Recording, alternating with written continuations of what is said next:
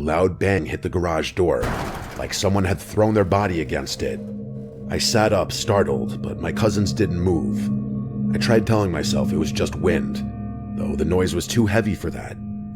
Still, I stayed quiet and tried to sleep. But then it happened again, same deafening crash, this time shaking the garage door. The building trembled from the impact. I was fully awake now, watching the lamp-lit room as my cousins continued to sleep. No animal or gust of wind could cause that. 20 minutes later, the third boom hit. The garage shook again, and finally, two of my cousins bolted upright.